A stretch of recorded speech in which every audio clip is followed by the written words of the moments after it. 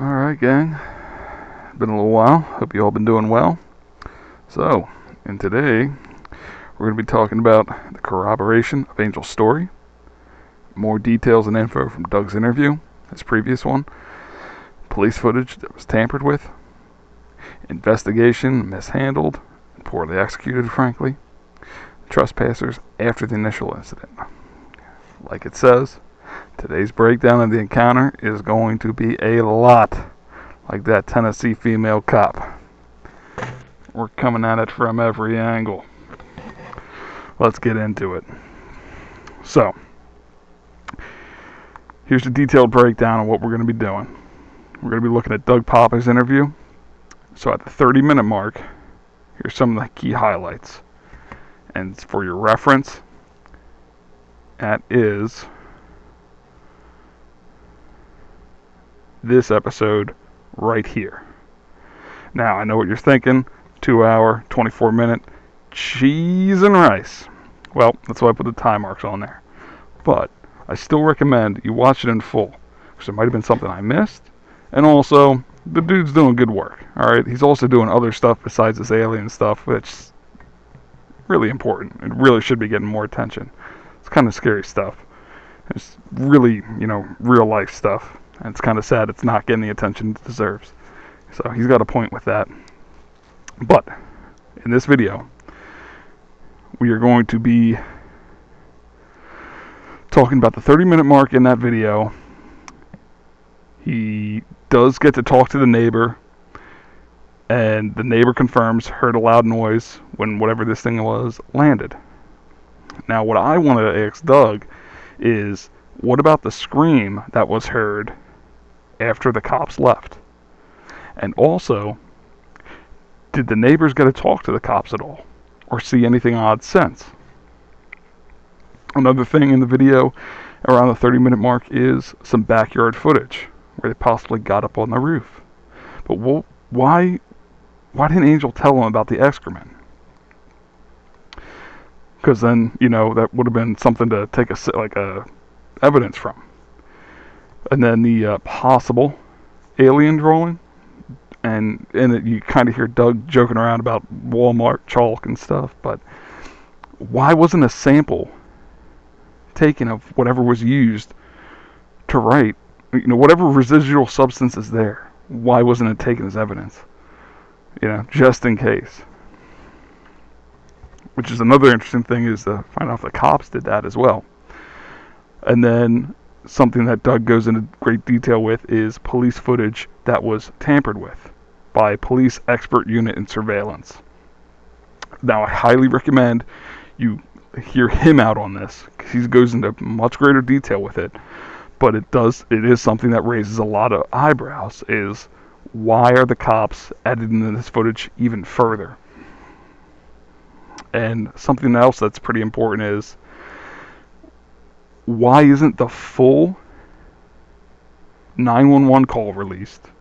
I mean, from the start of 911, what's your emergency, to however long he stayed on the line with them. Where is that whole audio?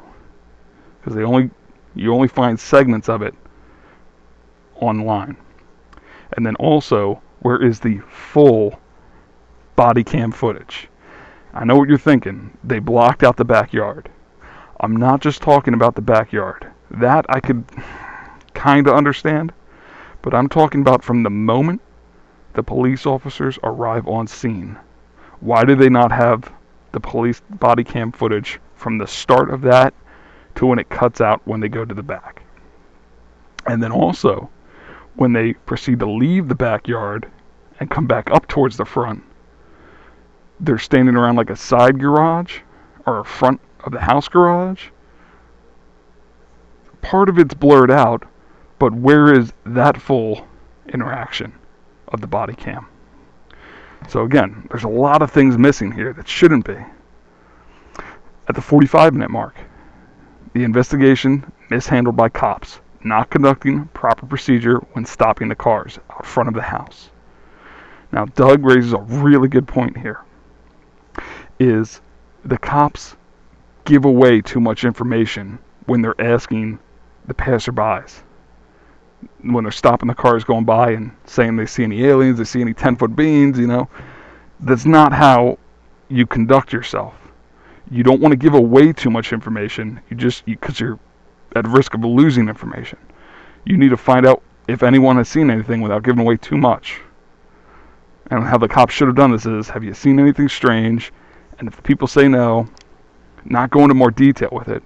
Because also, that's going to cause more headaches for that family there.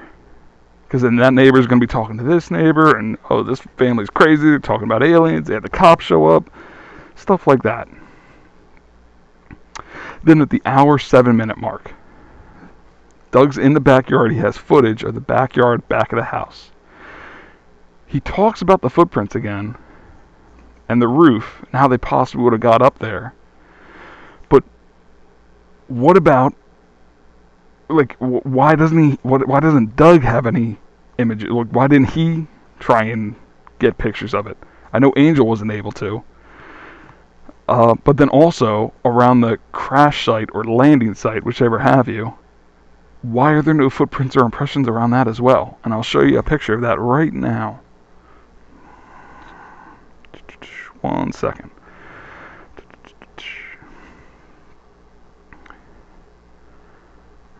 So here's where supposedly it landed or crashed. Now again, it's the cop that brings this to Angel's attention, this circle. So I have to go over everything again and find out if it's confirmed that this is where Angel says he thinks this thing landed or crashed. Because if not, then we're presuming off of this when we have the satellite image and people are saying it's not what it is, when this is what the cop said. We have to find out what Angel said about where this thing landed or was located. But again, I'm looking at this image, and I don't know about you, but do you see any footprints or impressions in the ground? So I'm saying if something crashed or landed, something's going to have to get out. There's going to be something. I don't see anything. Alright, what next? Alright, then at the 2-hour 18-minute mark, unfortunately, Angel's family has had more trespassers after the incident. Whether it's just neighborhood kids, who knows? But it also raises the attention of, could it possibly have been just regular old trespassers that night? But this is what pisses me off, is this is going to make this family not want to interact with other people even more with crap like that going on, let alone all the people that are swarming their house or waiting outside trying to call them and either harass them or bug them or try to get a hold of them on social media and whatnot. I really feel like it's going to be a while till we hear some more from the family, which is unfortunate. Alright. Then in Angel's Alien Society 51 video, this may be nothing, but when he says this, when this first happened, when he sees the blur, he says he calls his dad. Now that may be nothing, but in another interview, he said he didn't have his phone on him. It was inside charging. Now maybe he meant his brother called, or maybe he meant he called out to him. But again, it's just little details there, little discrepancies. It may be nothing. Here's where it gets more weird. So when you see that backyard footage, they got the whole family there. They're at that gate. They're kind of poking their head past the gate, trying to figure out what's in their backyard. Then it said that they go back in the house. And then Angel says he goes back outside with his brother to get his tools. But he did that without the dad? And did they have their phones or did they not have their phones this time? But this is what's odd, is if the dad was just out there with them and he gave them all handguns because he was worried that, rightly so, there's a possible intruder, trespasser, and you can see everyone visibly alarmed in that footage, why would they go back out without their dad? That's kind of a red flag to me. I don't think this is anything. It was in the footage. There's like a bit of shadows under the red truck, but I think it's just their shadows from the gate. I don't think it's anything. So, I don't know. I'll let you be the judge of that. And the footage I'm talking about is in Doug's video. It is at these timestamps.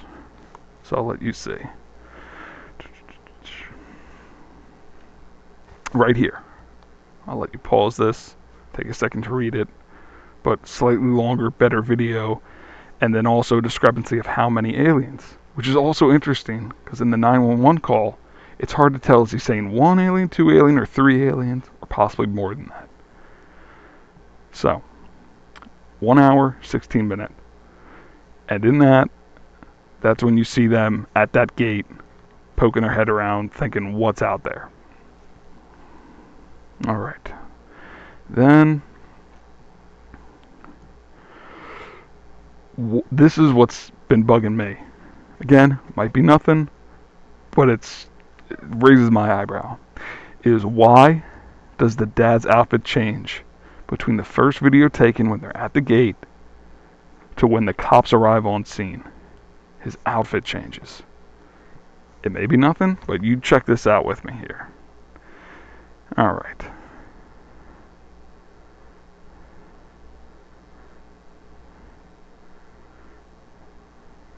This is when they're at the gate. Shirt, holstered handgun, pants, shoes, moccasins, whatever, slippers, whatever you want to call them. And you can all see that they're visibly alarmed, and he's even got his hands up thinking there's something back there, possibly. It looks like he's saying big head, big eyes. But I still can't track down what language they're speaking. I really thought it was Spanish, and like some of the words, like 𝙻𝚎𝚎𝚛𝚢, like chero translates to Spanish. 𝙻𝚎, I'm not having any luck with it. So if anyone knows, you can leave it in the comments. But if we can get a full transcription of what they're saying back here, that is so important. So you see the dad. And this is something else. It looks like the dad's showing his family that he's seeing something. But then here, read what he says. They see, his sons, they see something. Well, what about what he saw? But then this is the other thing. Why the hell is he wearing flip-flops and a robe right now? I know what you're saying. Alright, it's nighttime, whatever. No big deal. But go with me here. You all saw how visibly alarmed they were here. Then after this, they go back out to get the tools. Then they say they see the thing. They run back in. They call the cops. So now you already have the cops on the way. Then, it's either the mother or the family says they hear footsteps on the roof. Now, unless this dude's got like Al Bundy mindset where he's hoping these aliens take him off the planet so he doesn't have to deal with his family, who switches from this to this? But the flip-flops especially. When your family's saying there's something on the roof and you've got your kids with handguns out in the backyard thinking there's an intruder. I don't know, man. I mean, that's like, right? Come on. I'm not alone on that, am I? But here's the other thing. They're saying they heard something on the roof. If they heard something on the roof, this is why it's important to get the footage from the police cam. Wouldn't they be running out saying, it's on the roof, it's on the roof? Sorry. Audio, stupid headphones. Sorry. Any info you have, it all helps. Alright? Any info, what the language they're speaking, and if you have any leads on the 911, the original call, and then the police body cam footage, that is all crucial. Alright? Because when it comes to getting to the bottom of this, it's, more heads are better than one. Pretty sure that's what that Tennessee cop said too. Whoa! Alright, sorry, had to. Anyways, yes, there's still a lot here. And again, these are some of the like little things I've missed, but after, rewatching it, going over it again, these things stand out to you. And like, I'm no Columbo, I'm no, Magnum PI here, but I'm sure as hell broke as them, but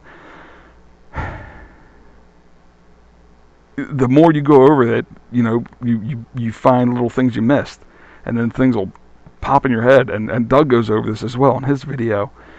But also, you may start asking too many questions and looking too deep into things. But I just, flip-flops though, come on, man. Like, that's like some ghetto, redneck back of the woods kind of stuff where they just rock Crocs for whatever is going down. It just doesn't really make sense though. Like, if you feel like you got an intruder on your property, let alone alien on the roof, flip-flops? I don't know. Regardless, hopefully you guys can help. Hopefully this has been helpful for you. Be mindful. Don't fall for people's fake crap out there. The fake alien images and this stuff right here. This has been kind of interesting with this guy. I'm still on the fence with it a little bit, but a lot of his witnesses, it's really compelling, and they seem like they're good people. Really interesting stuff. And the fact that his interview with Joe Rogan, YouTube pulls that right off of there. That's a big red flag to me. YouTube should not be doing that kind of stuff. It is not right. But then you have this right here, and it's like, really? But I understand where the guy's coming from, because he wants to get this stuff out, and the best way to do that isn't from the news, because the news is mostly trash, just like Angel says. It's through celebrities. Unfortunately, that's the world we live in. So again, hopefully this helps you out. And yeah, get this information out there. So, yeah. Alright. Clear skies.